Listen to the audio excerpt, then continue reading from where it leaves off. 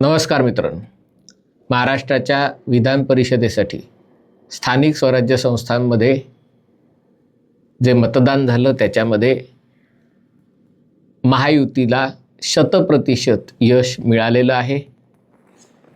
महाविकास आघाडीचा एकही उमेदवार निवडून येऊ शकला नाही. याचं कारण मोठ्या प्रमाणावर मतफुटी झाली. ढगफुटी महाराष्ट्रात कधी होणार आहे माहिती नाही, पण मतफुटी मात्र झाली.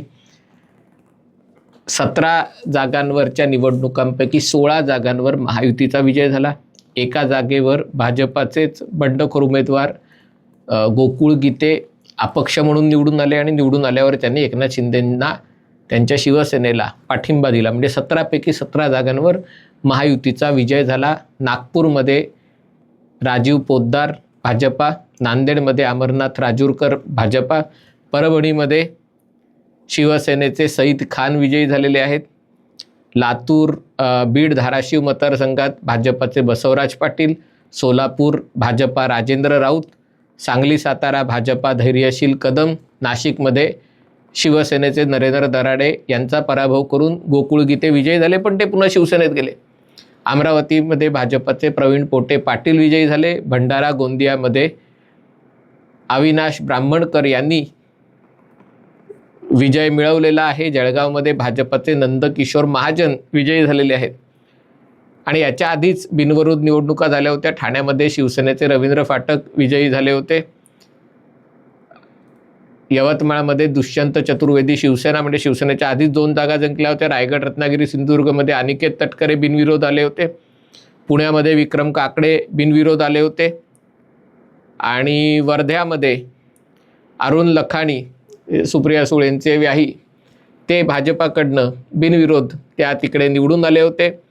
अहिल्यानगरमध्ये भाजपाच्या सीटवर प्राजक्त तनपुरे निवडून आले होते. याचा अर्थ बघा, जो मतदानातला विजय आहे हा मुख्यतः भाजपाचा विजय आहे. महाविकास आघाडीचे अतुल लोंढे यांचा पराभव झाला. काही ठिकाणी तर MIMची मतं फुटून महायुतीला मिळाली. धाराशिवमध्ये शिवसेना उबाठा मतं फुटली. 150 लोकांनी क्रॉस वोटिंग केलं. काही ठिकाणी शिवसेना भाजपाच्या युतीच्या लोकांनीही क्रॉस वोटिंग केलं, पण तरी देखील महायुतीचे उमेदवार सगळेच्या सगळे निवडून आले. आता प्रश्न पडलेला आहे की महाराष्ट्रात विरोधी पक्ष शिल्लक राहिला आहे का? काँग्रेस असूनही नसल्यासारखं आहे. नागपूरमध्ये अतुल लोंढे पाटलांना विजयी करण्याची जबाबदारी नितीन राऊत यांच्यावर दिली होती. अशी कशी काय जबाबदारी येतात मला कळत नाही. एका गटाच्या उमेदवाराला निवडून आणायची जबाबदारी दुसऱ्या गटाच्या प्रमुखाला दिली जाते. तो माणूस कशाला जबाबदारी घेईल? नितीन राऊत नागपूरमध्ये थांबले पण नाहीत. ते जर थांबले असते तरी किती निकाल बदलला असता हा प्रश्न नाही आहे, पण किमान गांभीर्य निवडणुकांमध्ये दाखवणं आवश्यक असतं, ते देखील दाखवण्यात आलं नाही. तीच गोष्ट अमरावतीमध्ये झाली, तीच गोष्ट धाराशिवमध्ये झाली. एका ठिकाणी महाविकास आघाडीचे उमेदवारच स्वतःच हॉस्पिटलमध्ये भरती झाले आणि त्यामुळे ते प्रचारात सहभागीच झाले नाहीत. अशा प्रकारे जर महाविकास आघाडी निवडणुका लढवणार असेल तर पुढच्या निवडणुकीला ते कोणत्या प्रकारे सामोरे जाणार? आणि जरी सामोरे गेले तरी लोक त्यांच्यावर विश्वास ठेवून ठीक आहे धरून चालूया की लोकांनी भाजपाच्या विरोधात मतदान करून या सगळ्या आमदारांना किंवा नगरसेवकांना निवडून आणलं होतं, पण यांच्या पक्षातनं निवडून आलेले लोक जर पुन्हा उद्या भाजपात, शिवसेनेत, राष्ट्रवादी काँग्रेसमध्ये जाणार असतील तर मग पुढच्या निवडणुकीत नवीन चेहरे दिले तर त्यांना लोक कशाला मतदान करतील? लोक म्हणतील तुम्हाला जरी आम्ही मतदान केलं भाजपाच्या विरोधात म्हणून, तरी तुम्ही जर भाजपासोबत, शिवसेनेसोबत गेलात तर काय होईल? पण या सगळ्यामुळे विधान परिषदेतली भाजपाची ताकद आणखीन मोठ्या प्रमाणावर वाढलेली आहे. विधान परिषद तसं आकार त्याचा छोटासाच आहे, म्हणजे असे काही खूप जास्त सदस्य नसतात त्याच्यात. जेव्हा चर्चा टी व्हीवर दाखवली जाते तेव्हा बघितलं तर असे 10-20 लोकच असतात, त्याच्याहून जास्त असे कधी फारसे दिसतही नाही. एकूण उपस्थिती म्हणजे असे सगळेच्या सगळे उपस्थित आहेत असं कधी दिसतही नाही. परंतु त्याच्यातही महाविकास आघाडीत हा जो पराभव झाला त्याच्यामध्ये अनेक कारणं आपल्याला लक्षात घेता येतील. सुरुवात 2024च्या लोकसभा निवडणुकांपासून करूया. 2024च्या निवडणुकीत महाविकास आघाडीला यश मिळालं, कारण ते मोदी विरोधातलं मत हे महाविकास आघाडीला मिळालं. मोदी विरोधात जी मतं होती ती काँग्रेस, राष्ट्रवादी, शरदचंद्र पवार गट आणि शिवसेना उबाठा यांच्या पाठी एकसंधपणे उभे राहिले. तेव्हा ही पहिलीच निवडणूक होती शिवसेनेतल्या फुटीनंतर आणि राष्ट्रवादीतल्या फुटीनंतर. तेव्हा भाजपाचा असा समज होता की मुस्लिम लोक शिवसेनेला मतदान करणार नाहीत आणि हिंदुत्ववादी लोक जी अजूनही बाळासाहेबांच्या विचारांमुळे उद्धव ठाकरेंच्या पाठी उभे होते ते शरद पवारांना मतदान करणार नाहीत, काँग्रेसला मतदान करणार नाहीत. पण त्यांचा समज खोटा ठरला. कुठेतरी मोदी विरोध त्याला प्रमुख मुद्दा बनवण्यात महाविकास आघाडीला यश मिळालं आणि त्यामुळे अपेक्षेबाहेर विजय त्यांचा झाला. पण विधानसभेला मात्र त्यांचा अंदाज पूर्णपणे चुकला. त्यांना असं वाटलं की लोकसभेलाच मोदी समोर असताना, मोदींचा प्रभाव असताना आपल्याला जर एवढं यश मिळालं तर विधानसभेच्या निवडणुकीत आपण एकत्र लढलो तर आपल्याला 288 पैकी 200 जागा मिळतील हा समज होता त्यांचा. आणि 200 जागा मिळतील असा अंदाज त्यांना असा वाटायला लागल्यावर, मनातल्या मनात वाटायला लागल्यावर मग मुख्यमंत्री कोण होणार, उपमुख्यमंत्री कोण होणार, कोणी कोणाची मंत्रिपदं घ्यायची, हे सगळं सुरू झालं. आणि त्याचा परिणाम जागा वाटपावर झाला, त्याचा परिणाम एकमेकांसाठी प्रचार करण्यावर झाला.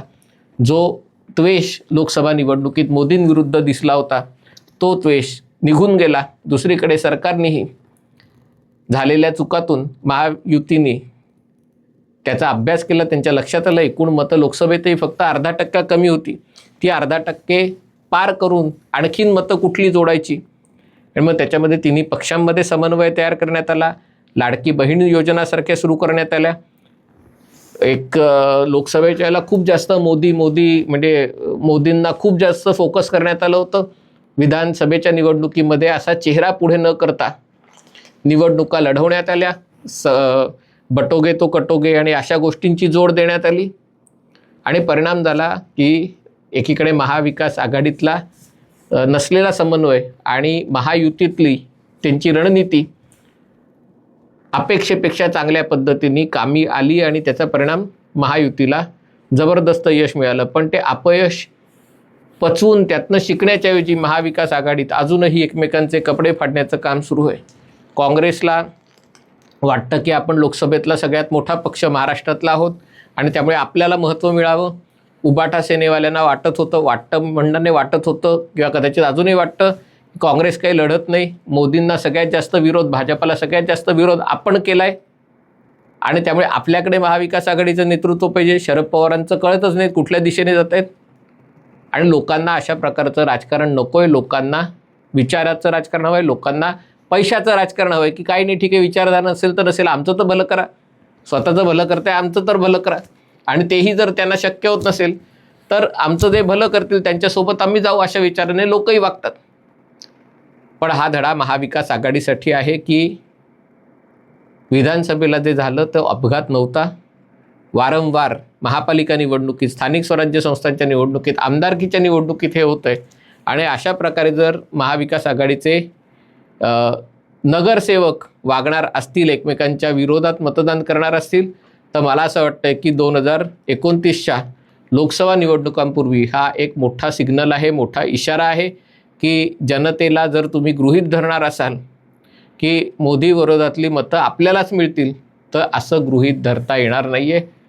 अजूनही संधी आहे. म्हणजे महाराष्ट्रात एक प्रखर चांगला विरोधी पक्ष असावा. ही सर्कस जी चालते संजय राऊत, आदित्य ठाकरे वगैरेंची, ती सर्कस बंद व्हावी. पण तसं करायचं तर अभ्यासू आणि धडाडीचे विरोधी पक्षनेते लागतील. सध्या सगळीकडे शुकशुकाट आहे. महाविकास आघाडीसाठी हा एक मोठा गंभीर असा इशारा आहे. हा व्हिडिओ आपल्याला आवडला असेल तर कृपया लाईक करा, शेअर करा आणि चॅनल सबस्क्राईब करायचं नंतर तुर्तास इथेच थांबतो. पाहत रहा MH48.